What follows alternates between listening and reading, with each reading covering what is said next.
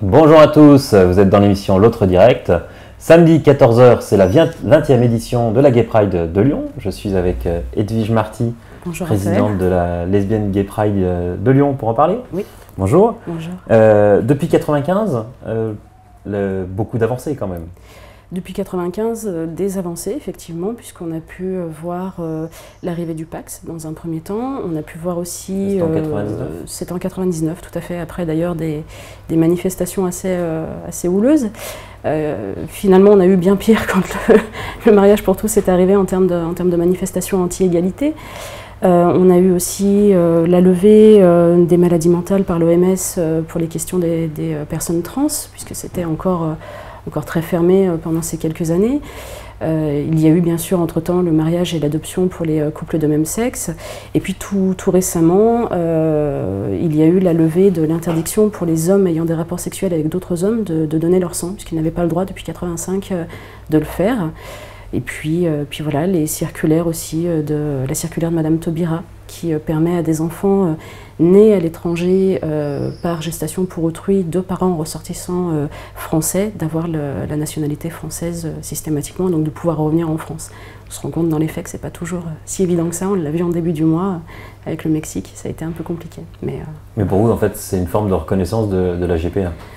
De reconnaissance de la GPA, pas réellement, c'est plutôt une forme de reconnaissance des familles, et ça ne fonctionne pas que pour les couples de même sexe, cette situation-là, puisqu'on le sait que partent à l'étranger beaucoup de couples aussi de sexe opposé pour faire des GPA. Donc c'est pas une reconnaissance de la GPA en soi, c'est une reconnaissance de l'enfant qui, dans cet autre État qui autorise la GPA, est considéré comme étant l'enfant des ressortissants français. Donc c'est un peu une façon de combler un vide juridique, de pallier un vide juridique et de reconnaître ces enfants comme étant français, tout simplement. Voilà. Est-ce que c'est une question qui fait unanimité au sein de la Gay Pride, au sein de la marche ? Bien écoutez, au niveau des associations membres du conseil d'administration de la Lesbian and Gay Pride de Lyon, d'autres associations ne se sont pas encore forcément positionnées, certaines étaient plutôt en défaveur.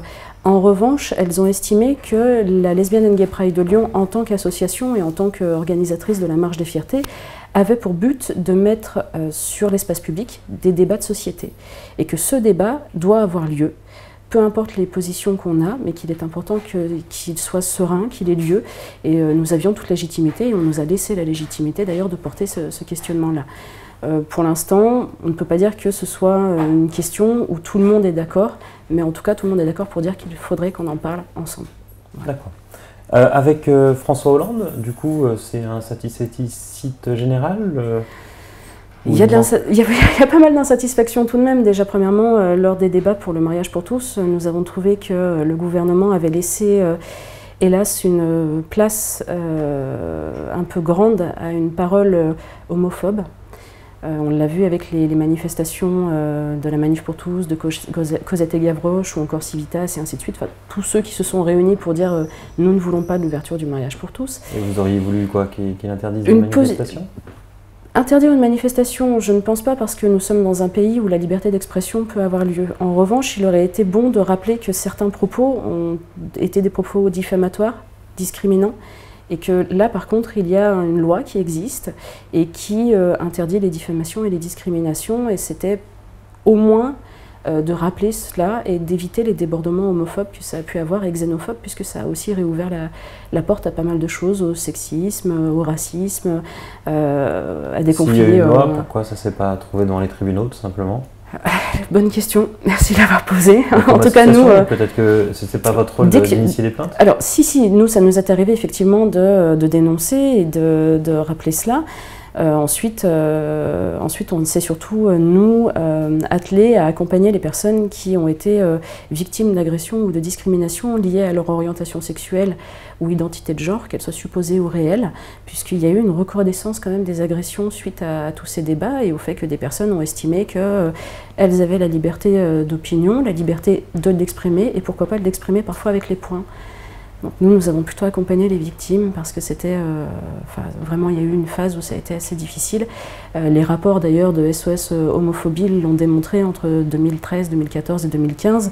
Il y avait eu une explosion des agressions, qu'elles soient verbales ou physiques. Donc voilà, ça a amené beaucoup de travail à des structures comme les nôtres. Depuis l'élection de François Hollande, est-ce que toutes les promesses qu'il avait pu faire ont été tenues ou pas? Évidemment non. Toutes n'ont pas été tenues. Qu'est-ce qui manque alors? Oula, alors on a déjà dans un premier temps effectivement l'ouverture au mariage et à l'adoption pour les couples de même sexe, mais dans la foulée il devait y avoir pour les couples de même sexe la reconnaissance des familles. Aujourd'hui on se rend compte que la filiation, le statut de beaux-parents, ce sont des choses qui ne sont toujours pas là. Sur Lyon, nous avions été très vigilants et dès 2012, nous avions commencé déjà à exprimer notre mécontentement quant à la loi qui allait arriver. Pour nous, il était clair que si les questions de filiation telles qu'on le retrouve dans les couples hétérosexuels n'étaient pas présentes, ou le statut du beau-parent n'était pas présent et n'était pas défendu, nous risquions d'avoir un statut qui allait être un statut différent. C'est-à-dire avoir d'un côté les couples homosexuels qui peuvent se marier et adopter, et puis de l'autre les couples hétérosexuels qui ont toute une reconnaissance de leur famille, alors que nous, aujourd'hui, supposons, demain moi je me marie avec ma compagne, l'une de nous deux porte un enfant, nous aurons 2 livrets de famille et l'autre devra adopter. C'est-à-dire que celle qui n'aura pas porté l'enfant devra adopter son propre enfant alors qu'elle est mariée avec la mère biologique. Pour nous, c'est pas vraiment ce qu'il fallait faire. Et on continue à s'en plaindre d'une certaine façon. Et puis il y a aussi les droits pour les personnes trans à avoir un changement d'état civil facilité et gratuit en mairie, sans passer par des contraintes chirurgicales, par des contraintes juridiques et administratives. Et aujourd'hui encore, on en est à attendre que cette promesse arrive. Et les personnes... Vous voulez, si je comprends bien, qu'on puisse changer de sexe sans forcément le faire physiquement? Oui, tout à fait, ça fait partie des questions de transidentité, de transgenre, et c'est des questions qui interpellent pas mal de personnes. Et pour diverses raisons, certaines souhaiteraient pouvoir effectivement le faire et être reconnues dans le genre qui leur correspond, sans pour autant avoir une contrainte de changement de sexe effectif et physique. Voilà, c'est un droit que nous aurions dû avoir, qui avait été annoncé dans les promesses du candidat Hollande à l'époque. Aujourd'hui, monsieur est président, nous attendons encore. Mais bon, nous continuons. En revanche, j'ai vu que vous étiez réconcilié avec Gérard Collomb. Il signe un éditorial à la une du site de la Gay Pride. Réconcilier, non, c'est pas une question de réconciliation ou quoi que ce soit, c'est une question que nous portons, nous, sur l'espace public, des questions sociales, pour plus de justice sociale, justement. C'est un mouvement que nous avons qui est aussi éminemment politique par ses revendications.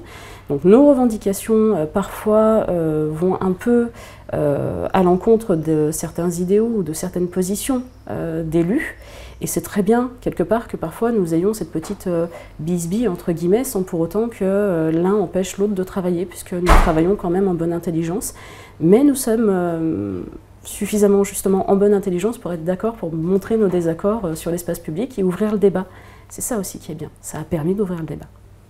Je sens le vent, là. On sent un petit peu l'orage. La météo, samedi d'ailleurs, pour l'instant, on nous annonce du beau temps. Jusqu'à hier, il paraîtrait qu'il aurait dû faire 27. Aujourd'hui, on nous annonce 28. On a encore quelques jours à voir venir. On verra. Puis, s'il doit pleuvoir, on va dire marche pluvieuse, marche heureuse. Alors, les premières Gay Pride qui ont eu lieu déjà ce week-end annoncent plutôt une mobilisation en baisse. Hein, c'est ce qu'on a vu à Nantes ou à Strasbourg avec 2000 personnes. Vous attendez une mobilisation plus faible? Je ne saurais pas vous dire. Chaque année, on essaye de prévoir une jauge assez importante, en tout cas en termes de sécurisation. Ensuite, on ne peut pas dire, nous, à l'avance, précisément qui viendra, qui ne viendra pas, pour quel prétexte. Enfin voilà, on verra. L'année dernière, on ne s'attendait pas à avoir 18 000 personnes. On s'attendait à moins. En tout cas, ce qui est sûr, pour terminer cet entretien, c'est que vous n'irez pas manifester à Saint-Jean. Alors, cette année, non. Mais on ne désespère pas d'aller grappiller le 5e. On a déjà commencé. On a fait l'ouverture de la quinzaine vendredi soir dans les musées Gadagne. Nous remercions d'ailleurs énormément les collectivités, mais aussi les musées Gadagne de nous avoir accueillis. Ça a été vraiment un très beau moment. Hélas, on n'a pas pu faire rentrer toutes les personnes qui se sont présentées pour des raisons de sécurité, puisqu'on avait atteint les jauges maximales. Mais en tout cas, nous avons prévenu que l'an prochain, déborder sur le 5e, c'était dans nos projets. J'ai vu un communiqué de presse assez vindicatif la semaine dernière qui parlait de no-go zone. Oui. Donc finalement, vous pouvez très bien aller dans le 5e. Aller très bien dans le 5e, ce n'est pas que... en fait, nous pourrions le faire contre l'avis de la préfecture. C'est-à-dire que la préfecture parle de deux choses, enfin nous a parlé de deux choses. La première, une difficulté à sécuriser par rapport au fait qu'il y aurait plusieurs ponts à traverser, notamment 2. En revanche, par le parcours qu'on va faire cette année, ça va être la même chose. Donc pourquoi ça marcherait du côté du Rhône et pas du côté de la Saône? Voilà. Et puis il y avait le fait qu'ils souhaitaient limiter le nombre de manifestations qui ont lieu dans le 5e arrondissement. Bon, il y a eu une erreur, la semaine dernière, il y a eu une manifestation anti-GPA qui a eu lieu dans le 5e arrondissement. Du coup, on se dit, nous aussi, on a le droit. Et politiquement c'est pas la même parlant, envergure non plus, c'était un rassemblement de 400 personnes, je crois. C'est pas la même envergure, mais nous on fait que traverser en même temps. Bon, on a la possibilité aussi de gérer le cortège et de faire en sorte de gérer le trafic. Maintenant, il y a une réalité qui est que dans notre cas, en tant que mouvement social et en tant que porteur de revendications politiques, nous avons le droit de déposer dans un délai très court un itinéraire sans qu'il ne soit pour autant définitivement refusé par une préfecture. Voilà. Légalement, il faut le savoir. Et vous donnez rendez-vous l'année prochaine, du coup, à une Gay Pride dans le Vieux-Lyon. Edwige Marty, merci. Je vous en prie, merci à vous. À partir de demain, cette fois, c'est Paul Terra qui reprend l'émission L'autre direct.